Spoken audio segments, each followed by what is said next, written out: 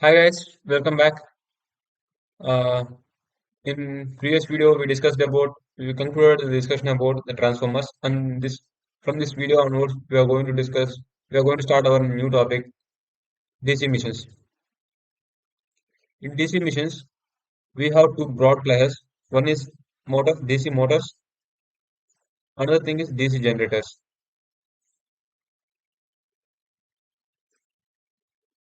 What are the working principle? What are the types of? What are the working principles? Same things are in both motors and in generators.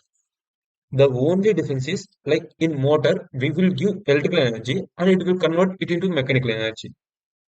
In generator, we will give mechanical energy and it will convert it into electrical energy. That's it. Remaining everything is same. Like motor is completely opposite to generator and generator is completely opposite to motor. Same. But the working principle and not working principle, but types of types of generators are same. And test gen test done on motors to find it efficiency and find it performance are same to be done on generator to find their performance and their efficiencies. Say everything is same, but only thing is working principle. They differ by their working principle. Motors convert electrical energy into mechanical energy, and generator converts mechanical energy into electrical energy. So I will discuss about only motors and in this chapter. And if you got any question on generator, just replace the term motor with generator. That's it. Everything is going to be same. If uh, they ask principle of DC generator, then we have to change the principle. Like in motors, electrical energy will be converted into mechanical energy, and in generator, mechanical energy will be converted into electrical energy. Based upon those scenarios, we have to change the working principle. That's it. Now, first, before going to do classification of DC machines and all those stuff, I will discuss about DC motors so that I can explain the classifications very well. Okay, right? First, DC motor. What is meant by DC? Direct current motor. DC motor is similar to DC generator. That was it, right? The first statement itself, it was written over there. In fact, the same machine can be added as a motor generator. The only difference is generator, the EMA is greater than the terminal voltage, whereas in motor, the generated voltage EMF is less than the terminal voltage. Just remember this word. It seems to like something good. Thus, the power flow is reverse. That's why the motor converts electrical energy into mechanical energy. This is the reverse process of generator. DC motors are slightly versatile machines. For example, DC motors are better suited for many processes that demands a high degree of flexibility in the control of speed and torque. The DC motors can provide high starting torque as well as high accelerating torque for application requiring quick stop or reversal things. Yeah, this is the advantage of using DC motors. And DC motors are suited in speed control with wide range is easily to achieve compared with other electromechanical. Like if you are using some AC motors, it is somewhat difficult to achieve speed control and torque variation and all those stuff. But it's somewhat easy in DC motor. Like what is the working principle of DC motor was written over here, and I will discuss this DC motor basic principle. Energy conversion. In if electrical energy is supplied to a conductor lying perpendicular to the magnetic field, the interaction of current flowing in the conductor and magnetic field will produce mechanical force. Just like if you have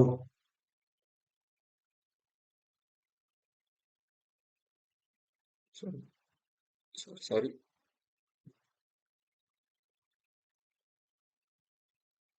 if you have like this, and if a voltage is played between these two terminals, then then some current is going to pass through the circuit, right? Some it will induce some magnetic flux over it. And if you place this this coil in between two magnets, one is of North Pole, another is of South Pole. Due to the repulsion between these magnets, it will rotate, right? That is the working principle of DC motor. The energy conversion will take place. This electrical energy is being converted for the propulsion of shaft. As this coil is rotating, which in turn is mounted within shaft, this shaft will rotate. That is the energy conversion system. Value of mechanical forces. There are two conditions which is necessary to produce a force on the conductor. The conductor must be carrying current and must be within a magnetic field.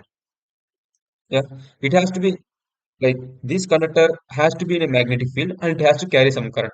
To be in magnetic, to be frank, if any one of the condition fail, then rotation of the shaft won't take place. That in the sense, energy conversion won't take place. That simply current will flow through the circuit. As it is a closed circuit, the continuation uh, power supply will go on. That's it. Nothing will happen. When these two conditions exist, a force will apply to the conductor which attempt to move the conductor in a direction perpendicular to the magnetic field. This very basic theory which all DC motors operate. Sorry. That's it. I explained the basic what we call working principle and how the what we call energy is being transformed from one phase to one other form to another form. If they are going to ask the working principle of a generator, then you are going to say like if you are going to rotate this shaft, when shaft is rotated, because as we are placing this coil in a magnetic field, due to the magnetic interaction, some current will flow through these coils. If we apply load between these terminals, we will get some voltage over here. That's it. That is a working principle of a DC generator. Everything is same for DC motor and DC generator. The only difference is like what we discussed over here. EMF generator is only difference. Yeah. Now we will discuss about principle of operation. I discussed the principle over there, and I'm going to discuss it somewhat bit detailed over here. Consider a coil in a magnetic field of flux density P, as shown in the figure. Yeah, just consider this south pole and this is north pole.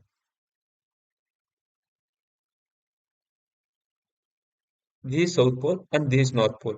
And we have some flux is going from north pole to south pole. And we have placed an coil in between them. When the two ends of the conductor are connected across a DC voltage source, through current I flow through it, a force will exert on the coil as a result of interaction of magnetic field and electric current. As the electric current is flowing, some magnetic flux will develop over here, right?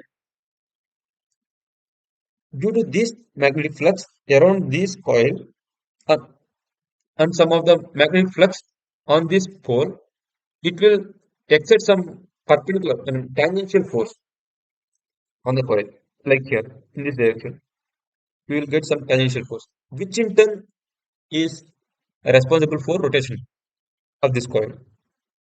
The force of two slides of coil is such that the coil start to move in the direction of force. Yeah, that's the thing I said. In actual DC motors, several such coils are wounded on the rotor, all of which experience force resulting in rotation.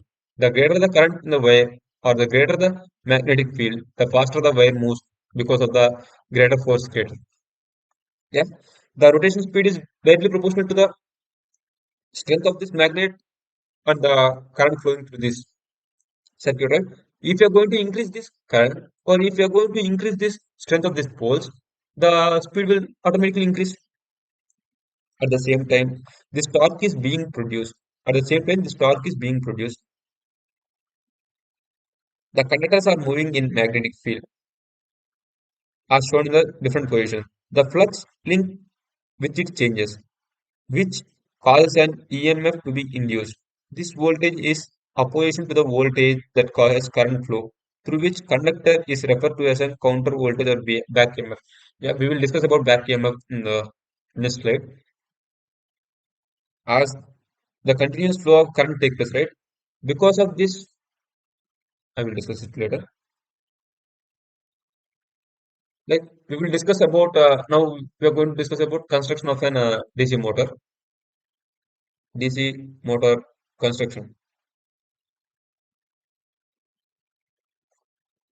Like DC motor consists of one set of coil called armature winding inside another set of coil is known as permanent magnet called the stator.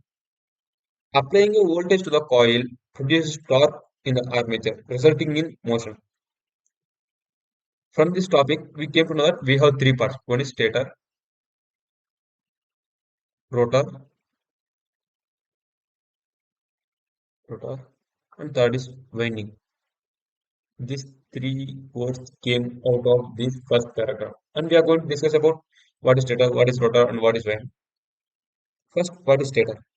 The stator is a stationary outside part of the motor.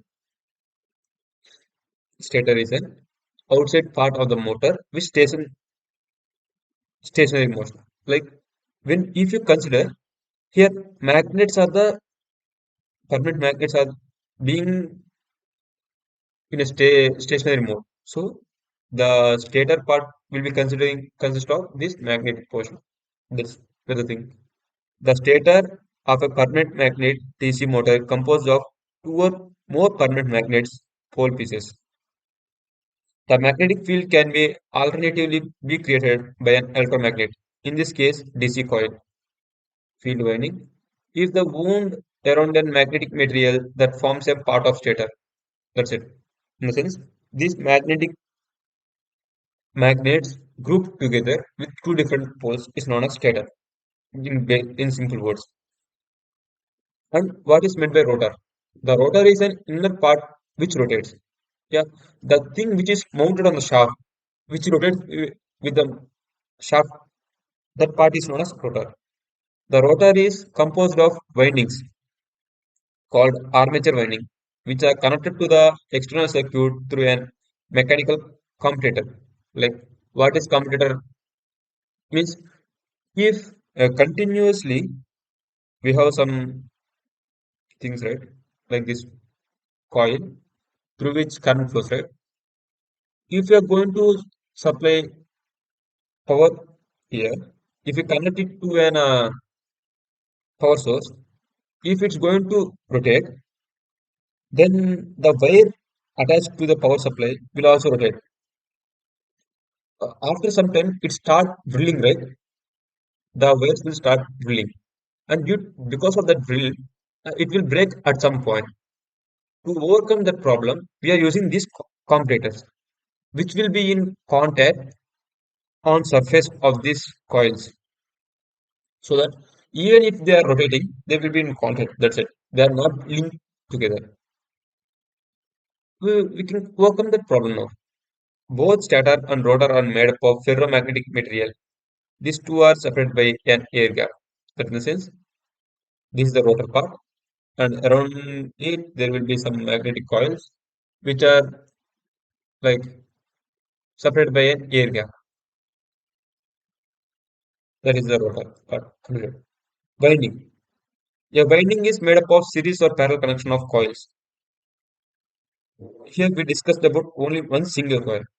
For rotation of the shaft, we need many number of coils, right? The connection of coils is known as winding. We have two types of winding. What is armature winding? The winding through which the voltage is applied or induced. Field winding. The winding through which current is passed or produced flux. We have two types of winding. One is armature winding, another one is field winding. Windings are usually made up of copper. Oh, that's it. This is a brief introduction about construction of a motor and brief intro of DC motors, how and how it works and how it differs from a DC generator, and all the stuff I have discussed in this video. Uh, in next video, as we got some basic idea of what is meant by DC machines, now we will discuss about its classification, how would they work, how they can be classified, and which type of test can be performed on these emissions. We will discuss it in next video. Thank you guys. This is all up to this video. Meet you in next video. Bye.